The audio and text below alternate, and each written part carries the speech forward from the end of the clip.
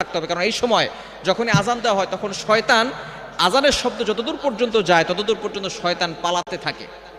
হাদিসের ভিতরে আসছে শয়তান পালাতে থাকে এবং কুকুর এই শয়তানদেরকে দেখতে পারে, যার কারণে কুকুর ঘেউ ঘেউ করে আওয়াজ করে। দেখবেন আজানের সময় অনেক জোরে জোরে আওয়াজ করে কুকুর, কেন? তারা শয়তান দেখতে পায়, যার কারণে তারা এইভাবে আওয়াজ করে।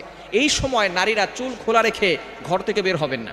আজানের সময় চুলটাকে ভালো করে আটকে রাখবেন এবং সব সময় পর্দা করার চেষ্টা করবেন, কেননা একটা চুল যদি পরপুরুষ দেখে 70টা সাপ হবে এবং আপনাকে কামড়াবে কিয়ামতের ময়দানে। এই জন্য চুল যাতে করে কেউ না দেখে সে বিষয়ে অবশ্যই খেয়াল রাখতে হবে। চুল যাতে করে কেউ না দেখে সে বিষয়ে খেয়াল করবেন এবং আজানের সময় চুল খোলা রেখে বাসার ছাদে আপনার মেয়েকে পাঠাবেন না, বাসার ছাদে আপনার স্ত্রীকে পাঠাবেন না, ঘরের বারান্দায় যেতে দিবেন না, কেননা এই সময় যদি কোনো শয়তান সে নারীকে দেখে নারীর প্রতি বেশি আকৃষ্ট হয় এবং ছোট বাচ্চাদের প্রতি অ্যাট্রাকশন দিয়ে থাকে, আসর করে থাকে।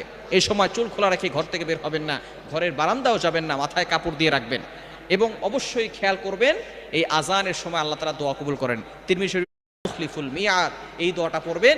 এরপর আপনি একামতের আগে, আজানের সময়, আজানের পর থেকে একামতের আগে মধ্যবর্তী সময় দোয়া করে আল্লাহ তাআলা সেই দোয়া ফিরিয়ে দেন না। এই জন্য এই সময় দোয়া পড়বেন।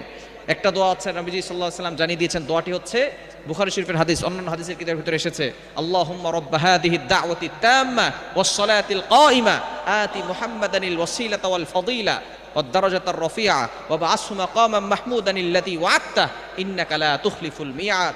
এই দোয়াটা পড়বেন।